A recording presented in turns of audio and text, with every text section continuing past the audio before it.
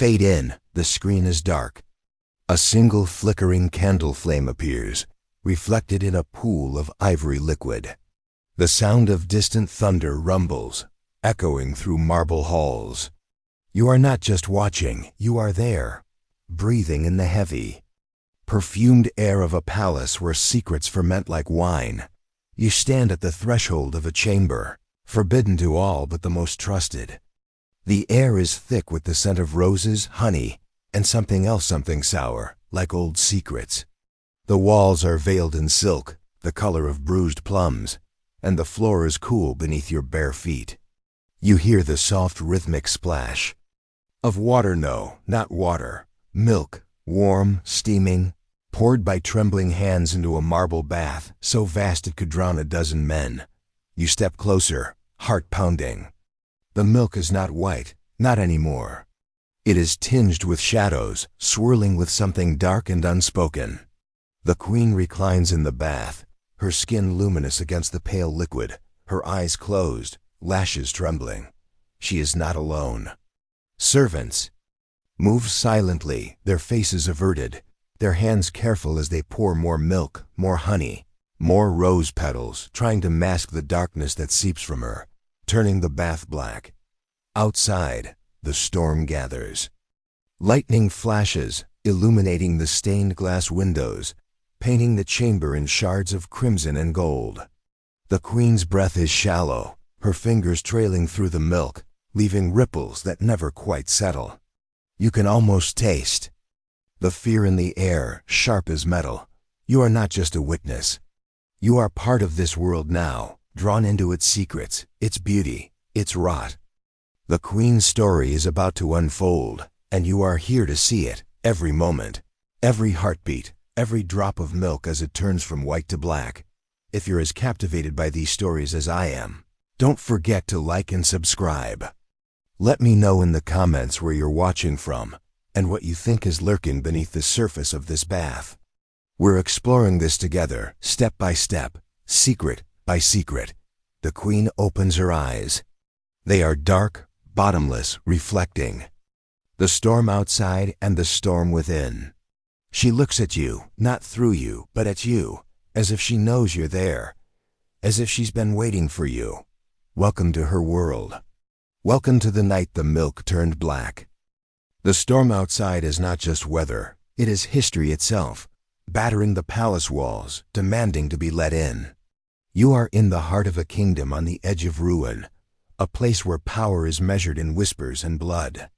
The year is 1523, and the city is Isfahan, the jewel of Persia, a city of poets and assassins, of gardens and gallows.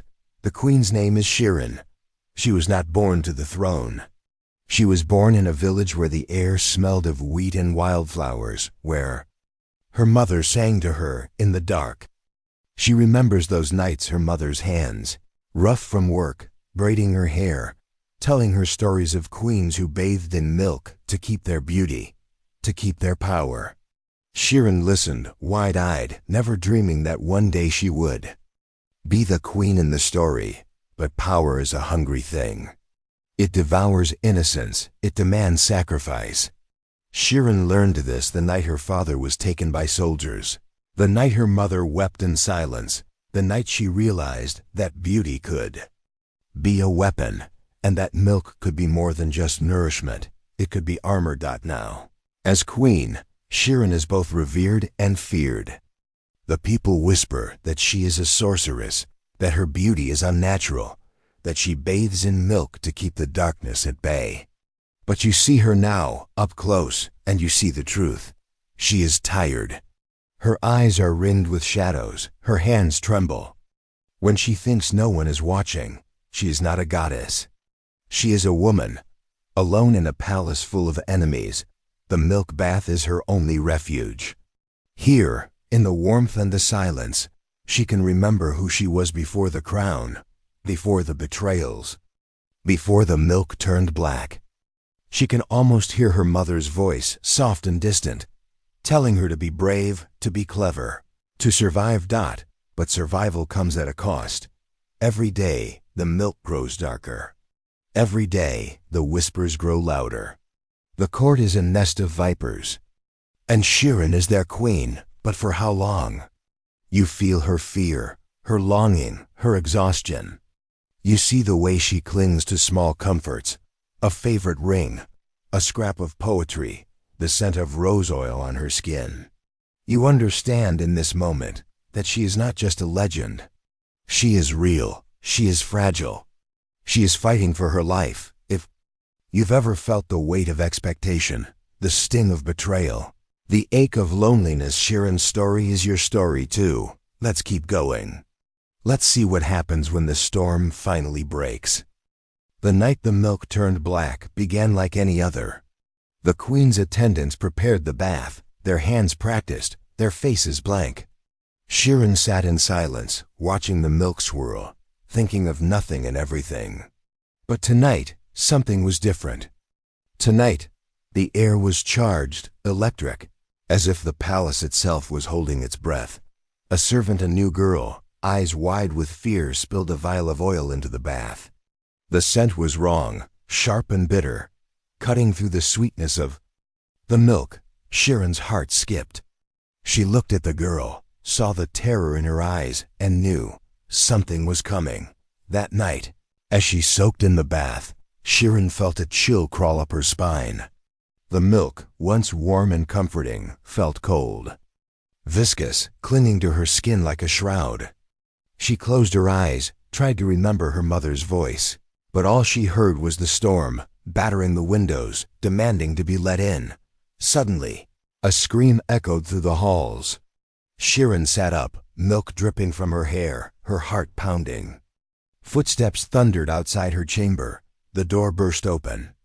Guards rushed in, faces pale, swords drawn. "My queen," one gasped. "There has been an attempt on your life." The words hung in the air, heavy as lead. Shirin's mind raced. Who? Why? She thought of the new servant, the bitter oil, the way the milk had turned black. Betrayal, she realized, was not just a possibility, it was a certainty. The palace erupted into chaos.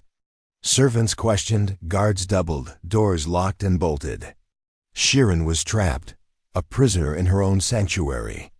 The milk bath, once her refuge, now felt like a coffin. She lay awake that night, listening to the storm, feeling the darkness closing in.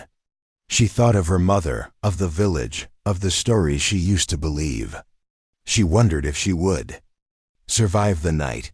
You feel her fear, her anger, her determination. You see the way she steels herself, the way she refuses to break. You realize that this is not just a story about a queen, it is a story about survival, about fighting back, about refusing to be destroyed by the darkness. If you've ever faced betrayal, if you've ever felt trapped, if you've ever wondered if you could survive, Shirin's story is your story too. Let's see what happens when the storm finally breaks. The storm did not break. It raged, relentless, battering the palace, shaking the very foundations of Shirin's world. But inside the queen, something else was breaking, something old, something fragile, something that had kept her safe but also kept her small. Shirin rose from her bed, her hair unbound, her eyes wild. She called for her most trusted advisor, a woman named Farah, who had served her since the beginning. Farah came, silent and steady, her face lined with worry. "They want me dead," Shirin whispered. "They want the milk to turn black." Farah nodded. "Then let them see what happens when a queen fights back." Together, they devised a plan. Shirin would not hide. She would not cower. She would confront her enemies, expose the traitors, reclaim her power. The next morning, she summoned the court. She stood before them, regal and unbowed, her skin still damp from the milk bath, her eyes blazing. "You think you can destroy me?" she said, her voice ringing through the hall. "You think you can turn my milk black, poison my sanctuary, steal my crown? I am Shirin, daughter of the village, queen of Persia. I have survived worse than you." The court was silent, stunned. Shirin looked at each of them, searching for guilt, for fear, for weakness. She saw it, flickering in their eyes, and she knew she had won this round. But victory came at a price. The traitors were executed, the servants replaced, the palace purged. Shirin was safe for now, but she was changed. The milk bath, once a symbol of beauty and power, was now a reminder of how close she had come to losing everything. She stopped. Bathing in milk, she let her hair go unbraided. She wore simple clothes, ate simple food. She remembered who she was, who she had been, who she could still become. You see her strength, her resilience, her transformation. You understand that survival is not just about escaping death, it is about reclaiming your life, your power, yourself. You realize that Shirin is not just a queen, she is a survivor, a fighter, a woman who refused to be destroyed by the darkness. If you've ever had to rebuild, to start over, to find strength in the ashes, Shirin's story is your story too. Let's see how it ends. The storm finally broke. The sun rose over Isfahan, painting the city in gold and rose. The palace, battered but unbowed, stood as a testament to survival, to resilience, to hope. Shirin stood on the balcony, the wind in her hair, the city spread out before her. She was no longer the girl from the village, no longer the queen who bathed in milk. She was something new, something stronger, something wiser. The people whispered about her, as they always had. They said she was a sorceress, a survivor, a queen who had faced the darkness and won. They told stories of the night the milk turned black, of the storm that raged, of the queen who refused to die. But Shirin knew the truth. She knew that power was not in the milk, or the crown, or the throne.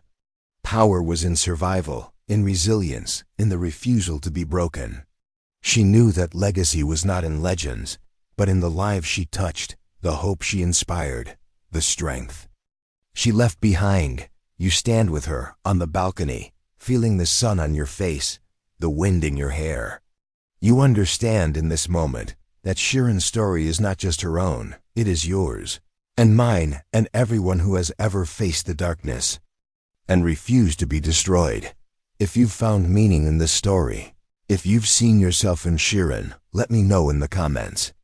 Like and subscribe for more stories of survival, of resilience, of hope. We are a community, exploring history together, finding ourselves in the stories of the past. The queen bathed in milk until it turned black. But she did not let the darkness win, neither should you. Fade out. The screen goes dark. The story lingers like the scent of roses, like the memory of a storm.